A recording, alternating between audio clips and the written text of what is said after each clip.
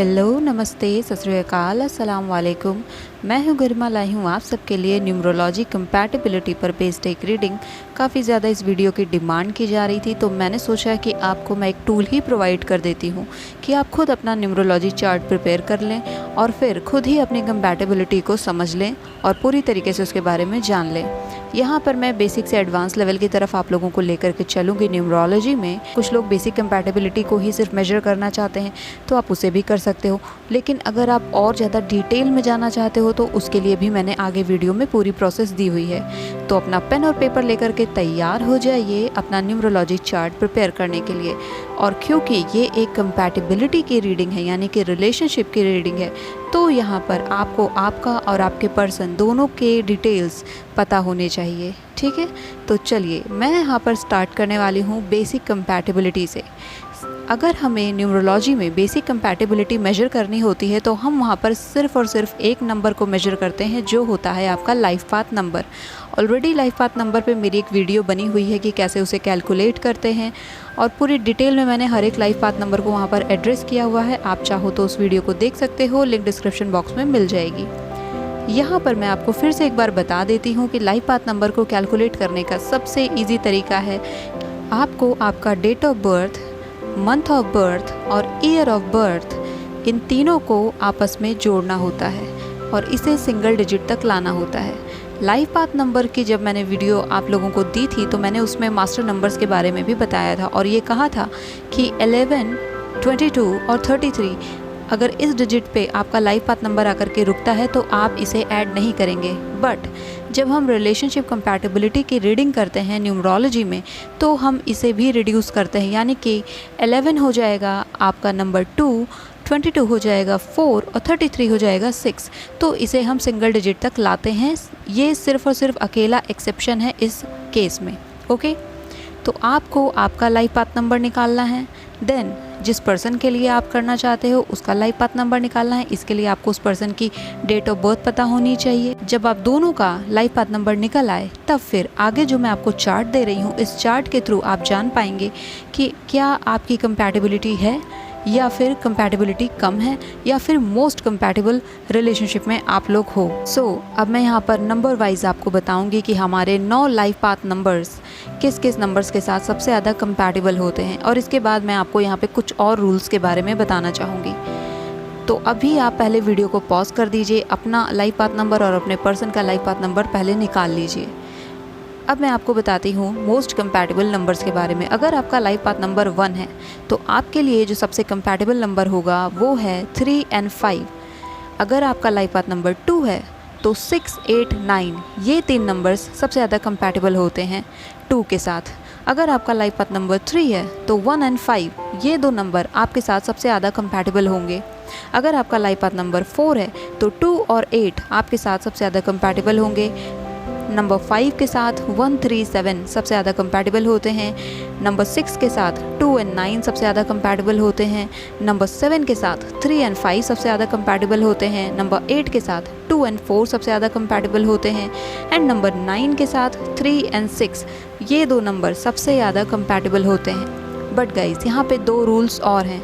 Suppose करिए कि आपका नंबर, यानी आपका लाइफ पाथ नंबर और आपके पर्सन का लाइफ पाथ नंबर एक दूसरे के कंपैटिबिलिटी में आ नहीं रहा, अब आपको परेशानी होने लगी, तो यहाँ पर 2 रूल्स और दिए हुए हैं न्यूमरोलॉजी में कि अगर आपका लाइफ पाथ नंबर भी एक इवन नंबर है और आपके पर्सन का भी नंबर एक इवन नंबर है, यानी कि 2, 4, 6, 8, अगर यही नंबर आपके और आपके पर्सन दोनों में आ जाता है तो फिर आप दोनों एक दूसरे के लिए कंपैटिबल हो, यानी कि मोस्ट में नहीं आकर के भी आप कंपैटिबल होगे, मोर कंपैटिबल होगे। 90% तक कंपैटिबिलिटी यहाँ पर देखी जा सकती है।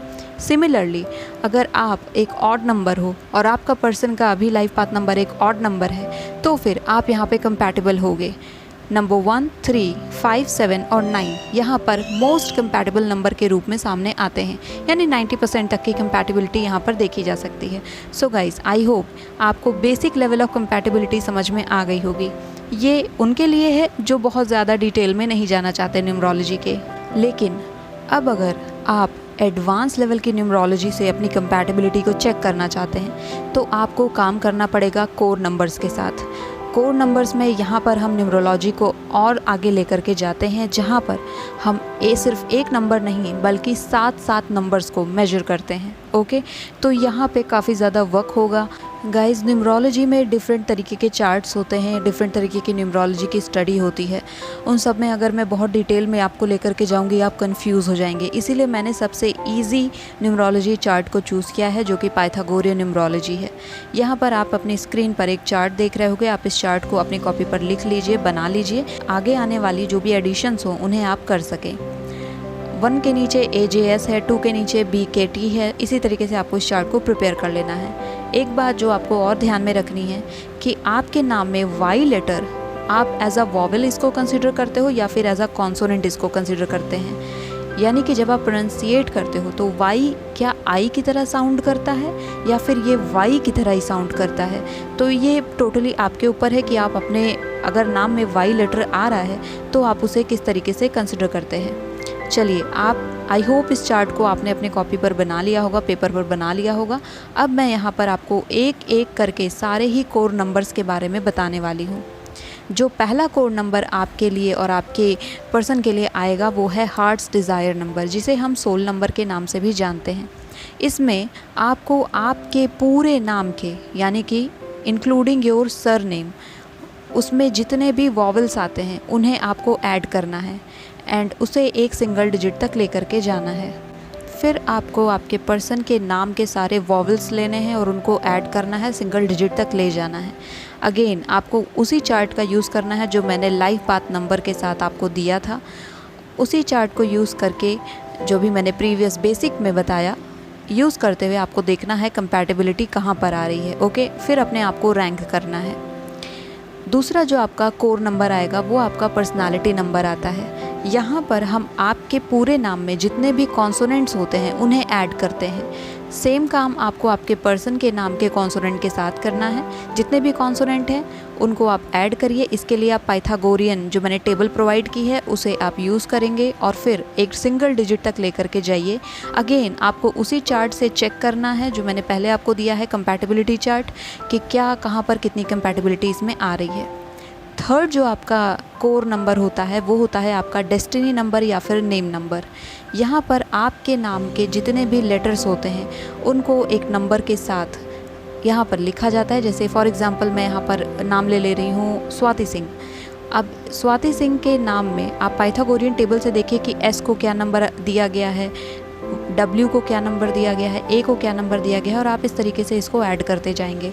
सेम काम आपको आपके पर्सन नाम के साथ करना है और फिर सिंगल डिजिट तक लेकर के जाना है। आपका सिंगल डिजिट जो होगा डेस्टिनी नंबर और आपके पर्सन का जो डेस्टिनी नंबर होगा। फिर आप जाकर के कंपैटिबिलिटी चार्ट से चेक करिए कि कितना कंपैटिबल वहाँ पे आपका और आपका पार्टनर का डेस्टिनी नंबर आ रहा है। यहाँ पर मैं एक बात आपको और बताना चाहूँगी कि बहुत सारे लोग न्यूमरोलॉजी में कंफ्यूज्ड हो जाते हैं डेस्टिनी नंबर और लाइफ पाथ नंबर को लेकर के, क्योंकि अगर हम इनकी हिंदी निकालते हैं तो ऑलमोस्ट भाग्यांक शब्द दोनों के लिए आ जाता है। लेकिन destiny number actually name number माना जाता है और लाइफ पाथ नंबर आपके डेट ऑफ बर्थ से निकलता है। ठीक है, तो ये एक छोटा सा डिफरेंस है, इसको आप ध्यान में रखिएगा जब आप अपना डेस्टिनी नंबर और अपना लाइफ पाथ नंबर निकालेंगे। डेस्टिनी नंबर हमेशा आपके नाम से निकलता है, लाइफ पाथ नंबर हमेशा आपके जन्म तिथि से निकलता है। ठीक है, जो आपका चौथा कोड नंबर आएगा वो है plane of expression number. Plane of expression number में थोड़ा सा और ज़्यादा काम आपको करना पड़ेगा। यहाँ पर आपको 4 एरिया ऑफ प्लेसेस देखने होंगे। प्लेन ऑफ एक्सप्रेशन नंबर निकालने के लिए आपको एक डिफरेंट चार्ट प्रिपेयर करना होगा। आप स्क्रीन पर देख रहे होंगे कि यहाँ पर एक आपको स्क्वायर दिख रहा होगा और यहाँ पे 4 ब्लॉक्स हैं। जो पहला ब्लॉक है वो फिज़िकल प्लेन को रिप्रेजेंट करता है, जो सेकंड ब्लॉक है मेंटल प्लेन को रिप्रेजेंट करता है, थर्ड ब्लॉक इमोशनल प्लेन को, और फोर्थ ब्लॉक हमारे स्पिरिचुअल या इंट्यूटिव प्लेन को रिप्रेजेंट करता है। अब आप कैसे इन चारों ही ब्लॉक्स के नंबर्स को निकालेंगे, इसकी कैलकुलेशन की मेथड छुपी है आपके नाम में, यानी कि आपका फुल नाम अगेन यहाँ पर यूज़ होगा। जो नाम आपको जन्म से मिला है वो पूरा नाम यहाँ पर इस्तेमाल किया जाएगा। अब आपकी स्क्रीन पर आपको एक और चार्ट साइड में दिख रहा होगा फिजिकल लेटर्स कौन कौन से हैं, मेंटल लेटर्स कौन कौन से हैं, इमोशनल लेटर्स कौन कौन से हैं और इंट्यूटिव या स्पिरिचुअल लेटर्स कौन कौन से हैं। अब आपको करना क्या है कि हर एक ब्लॉक में अपने नाम में जो लेटर्स जिस जिस रेल में आ रहे हैं, जिस जिस ब्लॉक में आ रहे हैं, उसमें आपको बस लिखते जाना है। फॉर एग्ज़ाम्पल मैं अगर अपना ही नाम ले लेती हूँ, गरिमा ही ले लेती हूँ, तो जी आ रहा है मेरा स्पिरिचुअल में, तो मैंने जी को डाल दिया 4th ब्लॉक में। ए आ रहा है मेरे मेंटल प्लेन में, तो मैंने इसे मेंटल प्लेन में डाल दिया। इसी तरीके से आप कैलकुलेट करोगे। लास्ट में आपको ये पता चल जाएगा कि आप सबसे ज़्यादा स्ट्रॉन्ग आपका ब्लॉक कौन सा है, और कैलकुलेट करना है कि किस ब्लॉक में आपके कितने अल्फ़ाबेट्स आ रहे हैं। इससे आपको पता चल जाएगा कि जिस ब्लॉक में आपके नाम के सबसे ज़्यादा अल्फ़ाबेट आ रहे हैं वो आपका सबसे स्ट्रॉन्गेस्ट एरिया है, और जिस ब्लॉक में सबसे कम लेटर्स आए हैं या फिर हो सकता है लेटर्स ना भी आएँ, वो आपका वीकेस्ट एरिया है। सेम चार्ट आपको आपके पर्सन के लिए प्रिपेयर करना है, वहाँ पर भी आपको यही चीज़ करनी है, सेम चीज़ उनके पूरे नाम के साथ करनी है। So when you calculate plane of expression numbers, तो आपको पता चलेगा कि आपके पार्टनर का प्लेन ऑफ एक्सप्रेशन सबसे ज़्यादा स्ट्रॉन्ग कौन से एरिया का है। सिमिलरली आपको अपना पता चलेगा, और इस तरीके से आप देख सकते हो कि कौन से वर्क एरिया में आप दोनों को काम करने की ज़रूरत है। ओके, यहाँ पर आप ये भी देख सकते हो, जो हम बात करते हैं एक दूसरे को कंप्लीट करने वाली। फॉर एग्जांपल अगर आपके पार्टनर का इमोशनल प्लेन काफ़ी स्ट्रॉन्ग है और आपका इंट्यूटिव प्लेन काफ़ी स्ट्रॉन्ग है, तो ये एक बहुत ही अच्छा कनेक्शन बनता है।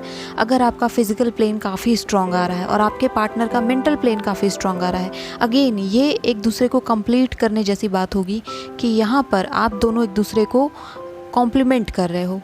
तो एक्सप्रेशन नंबर हम इस तरीके से यहाँ पर देखते हैं।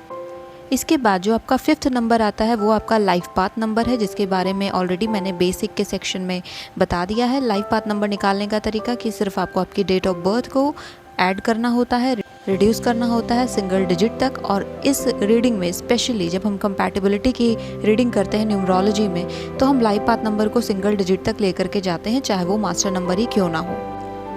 अब जो हमारे पास 6th कोर नंबर आ रहा है वो है आपका अटेनमेंट नंबर। अटेनमेंट नंबर को हम पास्ट लाइफ के नंबर के नाम से भी जानते हैं। ये नंबर हमारे प्रीवियस लाइफ के गोल्स को बताता है जो हम इस लाइफ में कंप्लीट करना चाहते हैं। तो इसे आप कैसे निकालोगे? आपको आपका डेस्टिनी नंबर मिल गया होगा, आपको आपका लाइफ पाथ नंबर मिल गया होगा, इन दोनों ही नंबर्स को ऐड कर दीजिए, फिर जो नंबर आता है वही आपका अटेनमेंट नंबर है। सिमिलरली आप अपने पर्सन का भी अटेनमेंट नंबर या पास्ट लाइफ नंबर निकाल सकते हो। आप इस तरीके से ये भी जान सकते हो कि क्या आपका कनेक्शन प्रीवियस लाइफ से है या नहीं। ये सारी छोटी छोटी चीज़ें हैं जो न्यूमरोलॉजी में होती हैं, और इसके बेसिस पर आप काफ़ी सारी इन्फॉर्मेशन निकाल सकते हैं। लास्टली हमारे पास मास्टर नंबर आता है। मास्टर नंबर यानी कि 11, 22, 33, ये 3 हमारे मास्टर नंबर होते हैं। बेसिकली इन्हीं 3 पर सबसे ज़्यादा फोकस किया जाता है। मास्टर नंबर अगर आपका या आपके पर्सन का 11, 22, 33 में आ रहा है, तो इसका सिंपल मीनिंग ये होता है कि कंपैटिबिलिटी लेवल अप हो चुकी है। यानी कि मास्टर नंबर जो होते हैं ये कंपैटिबल होते हैं ऑलमोस्ट सभी नंबर्स के साथ। अगर आपका नंबर किसी एक मास्टर नंबर में आ रहा है या फिर आपके पार्टनर का नंबर किसी एक मास्टर नंबर में आ रहा है, तो इसका मतलब जो एट्रीब्यूट्स हैं ना वो डबल हो गए हैं। एट्रीब्यूट्स काफ़ी हाई लेवल पर हैं। यहाँ पर जिस पर्सन का भी मास्टर नंबर आ रहा है वो एक लेवल अप होता है अपने सिग्निफिकेंट अदर से। ठीक है, तो मास्टर नंबर यहाँ पे सबका नहीं आता है, कुछ लोगों का ही आता है। अगर आपका आता है तो ये बहुत ही अच्छी बात है, अगर नहीं आता है तो भी यहाँ पे कोई टेंशन वाली बात नहीं, क्योंकि हर एक नंबर की अपनी सिग्निफिकेंस होती है, अपना महत्व होता है। मैंने आपको ये 7 कोर नंबर बता दिए हैं, और इन्हीं कोर नंबर के हिसाब से ही आपको आपकी कंपैटिबिलिटी चेक करनी है।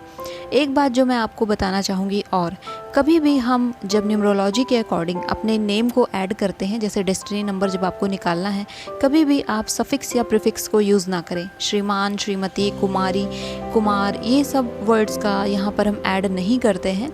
सिर्फ आपका पूरा नाम होना चाहिए वहाँ पर। ठीक है, जैसे मैंने आपको एग्जांपल दिया स्वाति सिंह या फिर रवि कुमार, तो इन सारे नाम को आप यूज़ कर सकते हो। अगर कुमार शब्द आपके सरनेम में आ रहा है या आपके मिडिल नेम में आ रहा है तब तो आप इसका यूज़ कर सकते हो, लेकिन जब हम कुमार या कुमारी को एज अ प्रीफिक्स यूज़ करते हैं तब आप उसको अपने नाम में नहीं ऐड करेंगे जब आप अपनी न्यूमरोलॉजी का चार्ट प्रिपेयर करेंगे।